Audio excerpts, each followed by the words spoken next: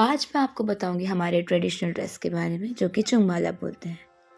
जो कि मैंने सबसे पहले पहना है, इसे हम बोलते हैं बॉक्च। इसे फिर हम किसी रस्सी के द्वारा सिक्योर करते हैं। फिर इसे बोला जाता है बाला। ये फ्री साइज के होते हैं जिसको कोई भी पहन सकता है। मैं यहाँ पे ट्राई कर रही थी कि किस तरीके से होता है, क्योंकि मैंने हल्का फुल्का देखा होता है पर मेरे से होता नहीं है। यहाँ पे बड़ी मम्मी आती है और बताती है कि किस तरीके से इसे पहना जाता है। इसको सही तरीके का पहनने का है कि पीछे इसके एक निशान होता है जो कि हमारे बिल्कुल सेंटर में आना चाहिए। उसके बाद यहाँ पे क्या होना चाहिए, आगे से ये वी शेप आनी चाहिए और इसको भी हम उसके बाद एक रस्सी के थ्रू सिक्योर कर लेते हैं। अब आपको ये कलरफुल स्लीव जैसे दिख रही होगी, इसको हम बोलते हैं रकलचा। अब वहीं पे मैं देखती हूँ कि बड़ी मेरी कमर पे कुछ बांध रही होती है, इसको हम बोलते हैं जोजंग। इसी के थ्रू आपकी जो भी ड्रेस है एडजस्ट करी जाती है फिर। और ये जो रकलचा में क्या होता है, इसमें भी रस्सी बंधी होती है जिसको आप अपने थ्रू एडजस्ट कर सकते हैं। और अगर किसी की स्लीव्स बड़ी या छोटी हो तो आप उसे फोल्ड भी कर सकते हैं।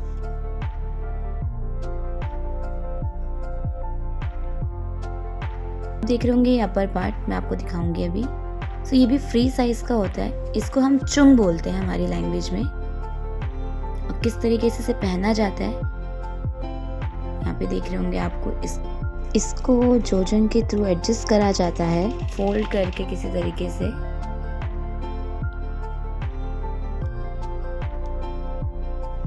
और इसमें जो कढ़ाई करी जाती है ये अपने हैंडमेड कढ़ाइयाँ होती हैं। इसको आजकल सब हाथों से ही करते हैं अपने आप।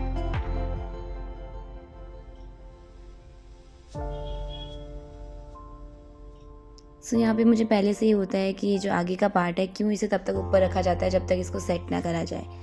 तो बड़ी मम्मी बताती है कि ये पुराने ज़माने में रीति रिवाज होता है कि जब भी कोई अशुभ कार्य होता है तभी इसे नीचे करा जाता है। तो इसीलिए हम अपने कभी किसी भी शुभ कार्य में इसे नीचे नहीं रखते हैं। फिर यहाँ पे बड़ी मम्मी आपको दिखा रही होंगी कि किस तरीके से एडजस्ट करा जाता है।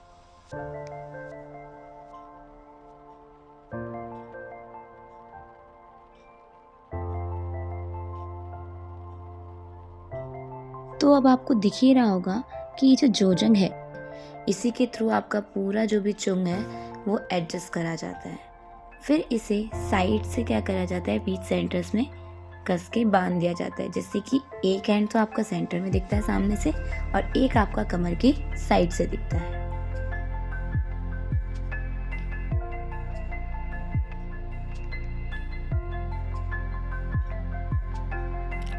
फिर यहाँ पे बड़ी मेरी चुंगवाला ड्रेस को पूरा एडजस्ट कर रही होती है और यहाँ पे मुझे पूरा स्ट्रेट करा लेना होता है, क्योंकि इसके बाद हमारी डांट भी पड़ सकती है। क्योंकि अगर हम ज़्यादा हिलते हैं तो वो ढंग से एडजस्ट नहीं हो पाता है, तो हमें डांट भी खानी पड़ जाती है। तो हम बिल्कुल स्ट्रेट कर रहते हैं कि हम परेशान ना करें हमारे पहनाने वाले को।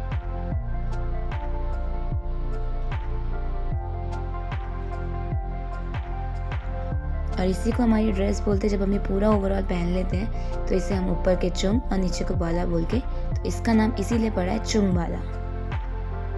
अभी ये सिर्फ मेरी ड्रेस है।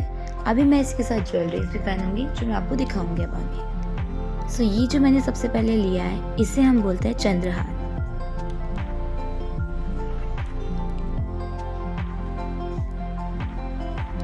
उसके बाद जो ये जीरू साले होता है, जीरू ये मोती होती है, साले मतलब माला, तो ये जीरू साले बोलते हैं।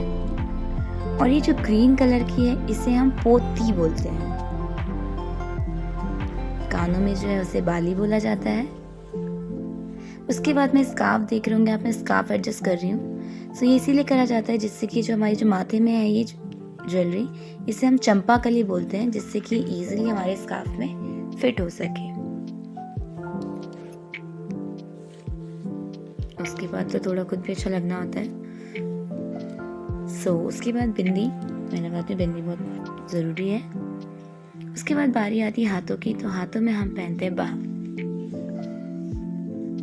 Finally at the last sir में आती है हमारी चुकती, जो या वाइट कलर की दिख रही होगी। बेसिकली ये हमारी पूरी ड्रेस होती है जो हमारी नानी दादी पहले टाइम से चलती हुई आ रही है। अभी तो हम सिर्फ अपने अच्छे ओकेजन्स में पहनते हैं, पर पहले क्या होता था, हमारी जो नानी दादी लोग हैं वो पूरे टाइम इसे पहना करते हैं। जो वाइट कलर का है उसे हम खपटो बोलते हैं। फिर ये कलरफुल हमें एक और शॉल डालना पड़ता है, तो तो ये हमारी फाइनल हमारी टीशा की ड्रेस होती है। इसके बाद हमें एक टोकरी भी दी जाती है जिसको हम मयंक बोलते हैं और उसके बांधने के लिए एक रस्सी होती है जिसे हम फी बोलते हैं। ये जो मैं दिखाने जा रही हूँ ये हमारी प्रॉपर लड़का और लड़की की ट्रेडिशनल ड्रेस होती है। लड़की की चुंग वाला और लड़की का होता है रंगा विद पेंटलो।